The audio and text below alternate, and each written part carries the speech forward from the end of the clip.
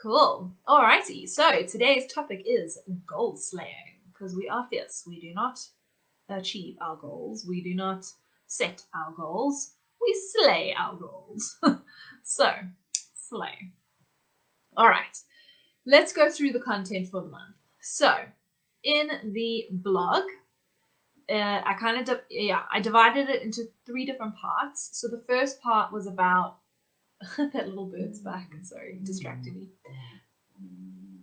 Harry, so much moaning. Hamlet says moan and groan and hello. Sorry about that. All right, so the blog was divided into 3 different sections. The first section was about finding your why, so really connecting with the motivation and the inspiration behind your goal. Hey, okay, it's enough. Wow, that was very loud moaning. I don't know if you guys could hear that, but well, that was distracting. Okay, Hamlet's having a moment. Okay, then the second part of the blog was let's get practical. That was talking about SMART goals and sharing the model with you from TA, which is called Steps to Success. And then the third part of the blog was called Immunity to Change, which is based on a book by the same name. And that's all about the self-sabotaging things that we do to stop ourselves from slaying our goals. Okay, so let me kind of recap each of those. And if you have any questions as I go, please pop them in the comments, let me know, and we can chat. All right. So, find your why. So, it's really important to know why you are seeking to achieve this goal, to slay this goal. And I differentiated between motivation and inspiration as a way to connect with that why. Hi, Killian. Yay. So, motivation is driven by an external need. So, you can be motivated because you need more money. You can be motivated because you want to look good for somebody. You can be motivated because you want to reach the top of the corporate ladder. You know, motivation is really about fulfilling an external need. It's like saying, I have this thing that's happening in my life and I want to achieve this goal so that it can affect that thing more. Does that make sense? Inspiration comes from within. It's an internal need. It's aligned with your inner wisdom. Inspiration is like the thing that lights your soul on fire. So just to be dramatic about it. Yeah. When you are inspired, if you look at the word and you break it up, inspired, in spirit, it's like that connection with that higher self, with that higher power of your own understanding, whatever that is, and it's about being connected with that, and that's what's driving the goal. So we have external needs, which is where motivation comes from, and we have internal needs, and that is where inspiration comes from. And I can use an example, which is the Mindset membership. So my motivation in starting the Mindset membership was to create some semi-passive regular income for myself. Because if I'm having a quiet month with my coaching, it's good to know that I still have some income coming in and that I do the same amount of work for you guys as I would when we have 100 members. It's the same output from me, but obviously more financial reward. So the motivating factor is consistent income. But if that were all that I got out of this, then once, if I had a super busy, a waiting list of coaching clients and I was earning a lot of money consistently, I wouldn't need to do it anymore. And then I might be like, sorry guys, Mindset membership's over. But it's not just about motivation for me. It's also about inspiration, because my purpose here on this earth in this lifetime is to empower other people to be brave, to be who they are, and to live life authentically on their own terms. So part of that is working with your mindset and developing a positive mindset. So my inspiration in starting this Mindset membership is that I wanted to reach as many people as possible, and I wanted it to be really accessible, because coaching is an investment, and not everybody can afford that investment, or not everybody's willing to make that investment. So I wanted to have a really accessible, affordable option for people to come and do this important mindset work. And so the inspiration is that I want to help people. So even if I was a gajillionaire, I would still have the Mindset membership because it's important to me. It aligns with my soul's purpose. So can you see the difference between your motivation and your inspiration? Obviously, you can have enough external motivation to achieve a goal. It doesn't always have to be inspired. Sometimes the need is such that you will find a way to figure it out. But when you do have a goal that is inspired, it is a lot more fulfilling. So yeah, something to consider. So the next part of the blog is all about getting practical. How do you actually set and achieve the goal? So the first things first is the SMART goal model, which I'm sure we've all come across. I learned it back in high school in home economics, of all places, where we learned about, that a goal needs to be SMART. And SMART is an acronym and it stands for specific. So we need to know, we need to be specific about what the goal is. So using determiners like better or less or more, like I want to earn more money. Okay, that's not specific enough. How will you know how will you know when enough is enough? So you need to be specific. You also need to be measurable. It needs to be measurable. So how will you know when you've achieved it? Can you measure the outcome, right? So let's say if I want to earn more money. Okay, well, how much money? Okay, I want to earn 100,000 Rand in a month. Cool. That's very specific. That's measurable, because how will I know when I've achieved that? I'll look at my bank balance and I'll be able to see. It needs to be achievable. Is it, can I earn 100,000 Rand in a month? Well, with my current prices, I'd have to be doing a hell of a lot of work in order to get there. So is it achievable? Well, probably not right now. I might need to adjust my pricing and my marketing in order to make that achievable. So maybe I bring it down a little bit and I say, okay, instead of 100,000 in 1 month, I want to bring in 50,000 in 1 month. Okay, is that achievable? Well, yeah. I mean, I charge X amount for my coaching. If I had X amount of clients, I could make 50,000 in a month. So is that achievable? Yes, it is. Okay. Is it realistic? So is it realistic that I would get that many clients in a month? Well, the most clients I've ever had in a month is the same number as the number I'm looking to achieve here. I was just charging less at the time. So yes, it is achievable. It is realistic. I could totally get that many clients in a month. Tick. And then the last thing is timely. The goal needs to be clearly defined as to when you want to achieve it by, and to have your plan mapped out with different points in time. So if I'm looking at the time space of a month, then I know, okay, that's the end of the goal. It's the end of the month. That's the time frame. So a goal really needs to be SMART for you to be super clear on what it is that you're trying to achieve and when you want to achieve it by. If you were a bajillionaire, you could make those awesome promo vids in your private jet. Totally could. Probably wouldn't have a private jet though. I'd probably have a villa in Corfu in Greece, and I'd be doing my lives from the villa by the sea or in the water or on a boat, because why not? Things to look forward to. All right, so that's SMART goals. The next thing in the distracted me now by imagining being in Greece right now. That would be amazing. The next thing in the blog is the steps to success model. So this is a model from TA, and it actually wasn't originally intended to be used for goal setting, but I looked at it and I thought, this actually seems to me like a really useful exercise to take yourself through to map out something that you're trying to achieve. So I've fiddled with it a little bit to make it relevant and useful in terms of goal setting. Okay, so what it looks like is it's a staircase, and each step along the way has a different word attached to it. Okay, so what we do is we start at the top of the staircase, and that's where success is. So the step at the top is called success. And so what you do is you close your eyes and you imagine, what does success look like to me? When I achieve this goal, what will that look like? And you try and bring in all 5 senses when you do this to really ground it into feeling real. So you want to know, what am I wearing? What can I see around me? What can I smell? What can I hear? Who am I with? Can I taste something? It doesn't involve eating or drinking. Or maybe I'm at my villa in Corfu and I can taste the salty sea on my lips, So we really want to imagine what does success look like and bring in all those senses and really feel good about that goal, whatever it is. Then we move down to the bottom of the staircase and we start with the first step, which is the situation. What is your current reality? Okay? Because it's very important to honor where you actually are so that you can account for each step along the way to getting to that end picture.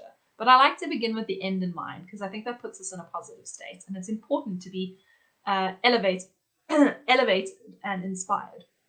Sorry. Okay, sorry about that. So we want to look at the situation and describe what is your current reality. Then we go to the next step, which is significance. What is the significance to you of achieving this goal? So this is where tapping into that motivation and that inspiration is really handy to get very super clear on that. Like, why do I want to achieve this? How is this going to change my life? How will I feel when I achieve this goal?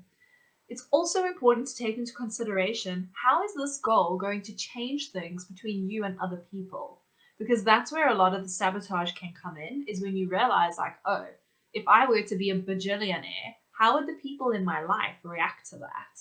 Am I going to receive some judgment? Is that maybe going to hold me back from seeking out to be a bajillionaire? You know, you need to really account for what is the significance of me achieving this, and that can include some stuff which might not feel so good and some stuff which feels fantastic, like, way, I could buy my villa. If you became an Instagram and started an OnlyFans page, you could know how much money those women make. It could be for a good cause. Yeah, totally. Some Instagram influencers, like, I mean, just to give you an idea of what is actually possible out there, like, there's this woman in the UK, Mrs. Hitchin, I think her name is, and she's got like over 1 million followers, and all she does is post videos and stories of cleaning, and she's not even in the videos. It's not like she's super hot and like people are ogling her cleaning her house. I mean, she literally posts like she's holding the camera outwards and you just see her hand and she's dusting or she's vacuuming or whatever. So that's all she does, and she gets paid by the companies that own the products that she uses. She gets paid £5,000 GBP per post. If I got paid £5,000 every time I posted on Instagram, best you know I'd be posting like 3 times a day. Anyway, just saying, that's what's possible in this life. Anyway, we digress. Okay, so we look at the significance. What is the significance of me achieving this goal? And this is such an important piece because often we discount this, and that's why we lose motivation or we don't feel the inspiration. Hammy, shush my boy. Gosh, he's moaning today. Sorry about that. Okay, then the next step along the way is solutions. So this is where you do that creative brainstorming. Sorry, it's really dark in here. I don't know how to make this brighter. Okay. I need to sort out my lighting before I become an Instagram influencer. Hilarious. Okay, solutions. So solutions is where you would check in with your inner wisdom and you would allow them to speak through you. So you would want to close your eyes and like take a few breaths and get really centered and ask your inner wisdom for some guidance. Like, what are some possible solutions? Like, how can I achieve this goal? And then you want to just write down every single thing that comes to you. Or if you're doing, this can be really useful to do this as an exercise with somebody. So, like me, sometimes in sessions, we do steps to success. I think Killian, you and I have done a session like this before, where we go through each step and the person can ask you the questions like, oh, okay, what are the possible solutions? And then you can just throw out ideas and they can be recording it for you. Can be quite a nice way to do it. But you can also do this as a thing by yourself. So that's fine too. So write down every single possible idea, from like crazy harebrained schemes to like, okay, that's super realistic and a little bit boring. But like everything in between, you write it down and you try not to let your inner critic interfere in the process at all. So there's no such thing as a bad idea. Okay. Then you want to move up to the next step, which is skills. Now, it's really important that you identify what are the resources, the skills that you have available to you, and which resources or skills do you still need. Because, like, okay, so if I'm going to be an Instagram influencer, I probably need a better phone so that I can take better quality videos. Okay, so that's not a skill. Well, I suppose taking the videos would be a skill, but the actual resource of the good phone, or the good camera, that's something I would need. So I can identify, like, okay, I need to upgrade my phone. All right, there's an idea. What do I already have? Okay, well, I'm already quite comfortable speaking on camera because I do that all the time. That's a skill. Cool. You know, so you want to like look at those solutions that you identified on the previous step, and you want to start drawing out from those. Okay, what are the resources needed to do these different ideas? Like, what are the skills needed? And start making a list. What do I already have? What do I still need? Because then when we get to the next step, which is strategy, then you can start factoring that into your strategy. Like, okay, I need a new phone. How am I going to get a new phone? Okay, here's a plan to go get a new phone. Like, whatever. It's just an idea. What is a good idea is when you get to the strategy part, which is now mapping out the plan of action, what could be useful is to go back to the significant step and to tap in again to your why, to that motivation, that inspiration. It can also be useful to go ahead to success and stand back in success and feel like, what does success look like? Okay, now let me come back to my strategy. So you can jump around these steps as often as you like to get yourself like really, really super clear. And a nice way to do this, if you're doing it by yourself or with a partner, is to write down each step on a post-it note and to plot it out on the ground in front of you and to physically like step from post-it to post-it, from step to step. God's just come home.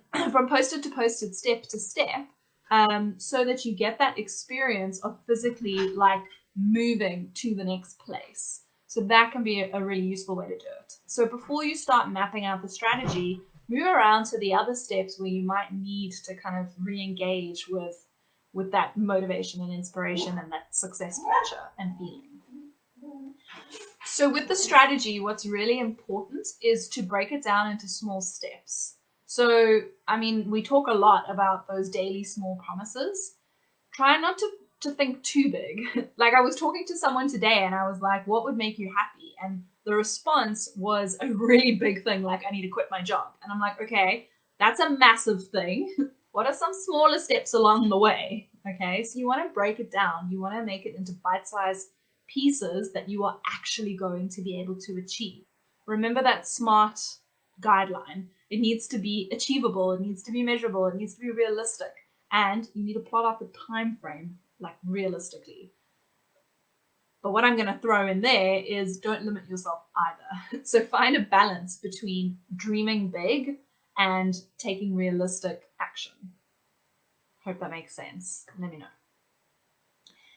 And then you follow through on the plan. You take those small steps, you tick it off one by one. And if along the way you need a boost of inspiration, go back to your significance. Why is this significant to me? And connect with that. How's it going to feel when I achieve this? Go back to success. You know, am I maybe missing a skill that I didn't realize? Maybe go back to skills. Okay, what are my options? I'm hitting a brick wall with this step. Like, what else can I do? Let me go to solutions.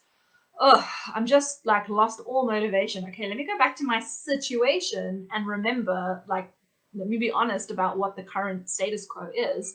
Yeah, no, that didn't feel so good. Okay, let me go back to success. Oh, yeah, that feels much better. Okay, let me adjust my strategy.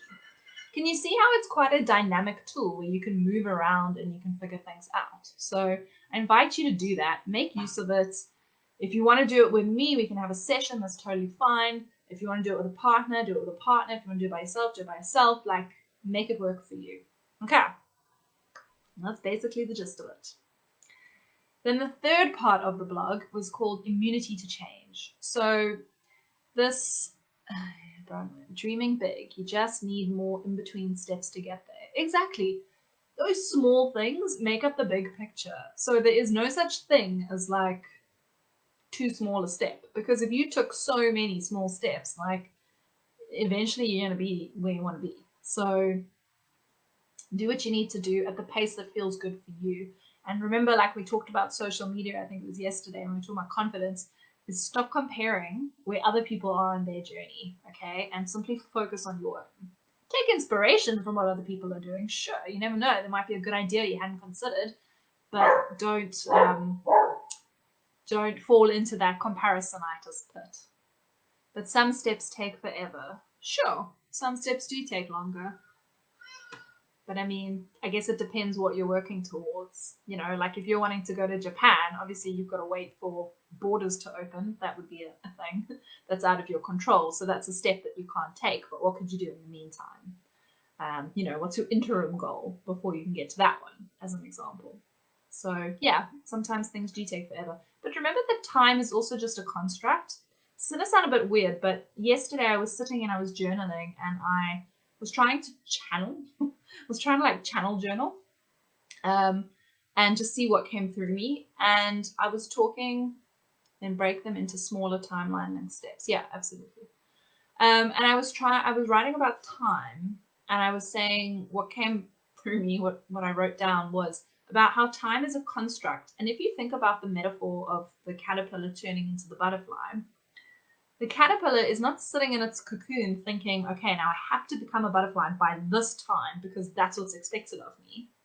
Caterpillar's just doing its thing. It's doing its thing. It's metamorphosizing. It's busy transforming, and it does that by following its instinct, by whatever physiologically happens to a caterpillar to make it a butterfly. Those liminal cells that get activated, like whatever the process is, I don't know. I'm not a zoologist, entomologist. But the point is, the caterpillar is not following a timeline. The caterpillar is doing what it needs to do, and it will become a butterfly. And it just so happens, I guess, and I don't know this, but I assume that caterpillars generally take the same amount of time to do stuff. It's instinct. But it's not because they're working to a deadline. It's because they're doing what works for them. So time is this like construct that we have, that we've created. So it takes as long as it takes. But if you can have absolute faith and certainty that you will become that butterfly, that you're in the process of becoming that butterfly, i.e. achieving that success or that goal or that dream, it really doesn't matter how long it takes because you're learning something you haven't fun along the way. And I know that's like a super rose-tinted way of looking at things, but I mean, why not? Okay, so immunity to change. So this is a model where it's about how you say you're going to do one thing and then you observe that you do something totally different. So like, let's use an example of meditating. So you go, okay, I'm going to meditate every morning. Cool. And then what happens? You don't meditate every morning. Maybe you do it a couple times and then it peters off and you stop meditating. Why is that? It's like you said you made this commitment, but then you don't follow through on it. So immunity to change says that you have a hidden competing commitment. So your commitment is, I want to meditate. But what is the hidden competing commitment? What are you also committed to that is contradicting that original commitment? So if we use meditation as a thing, let's say I am committed to being successful in business, and I have an assumption that in order to be successful, you have to be really busy. So this is the next part of the model. So you've got your hidden competing commitment, and then you've got your big assumption. So let's say my big assumption is, if I'm not busy, I won't be successful. So what am I committed to? I'm committed to being busy.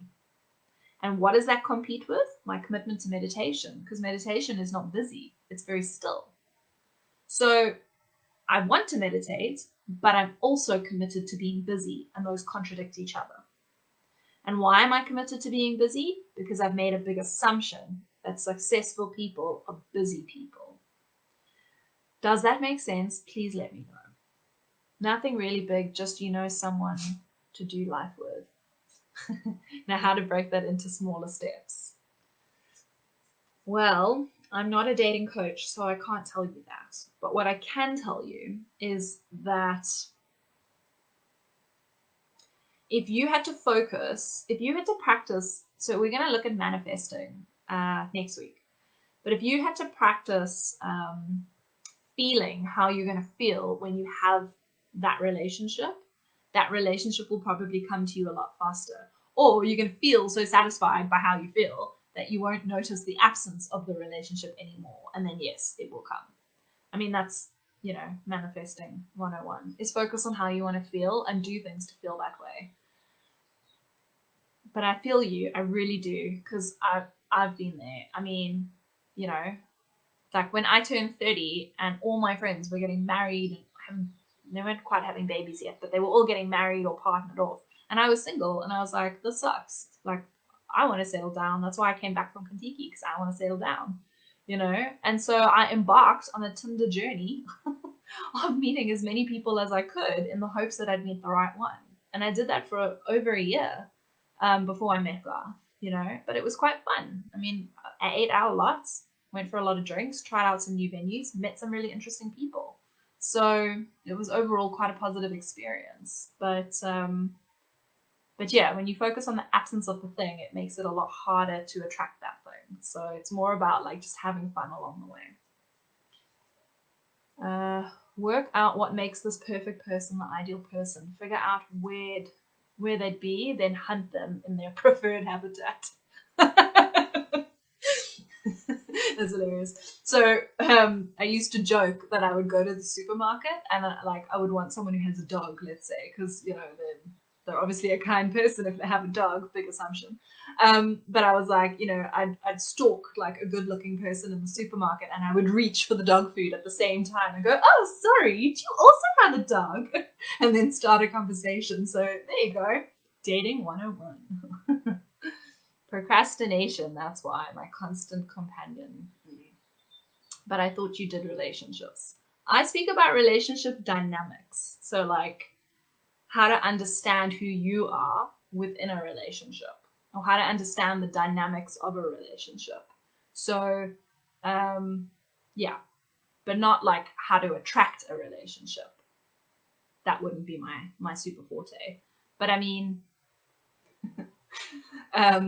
but it would be useful, I think, to look at the principles of manifesting and see what can happen there. All right. Okay, so stalking. Yeah, exactly. Totally stalking. But in a healthy way.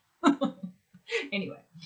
Okay, so immunity to change. I hope that makes sense. When you can identify that underlying hidden competing commitment and the big assumption that you're making, then you can begin to work with that. So if I'm committed to being busy because I think that's what makes a successful person, but I'm trying to meditate and that's not busy, I need to challenge myself somewhere along that line. I need to challenge my assumption that being successful means being busy. Is that true? There's that question that comes up, in fact, it's come up every day, I think, in the last 2 weeks when I've been talking about this stuff, is that question of, is this true? And in fact, Byron Katie, that's like her entire, she calls it the work, how to do the work. And the number one question, there's 4 questions, I can't remember all of them, but I know that the first question is always, is this true? So powerful question. So look at that big assumption you're making. I'm sure you could plot this out with a relationship goal, Killian. What's the big assumption you're making? And ask yourself, is this true? Look at your hidden competing commitment. What am I secretly committed to that's going to contradict the thing that I'm trying to do? So like, let's say you're trying to go out on dating sites. Maybe you're trying to do online dating. Cool, I'm going to sign up to dating sites. What happens? You don't.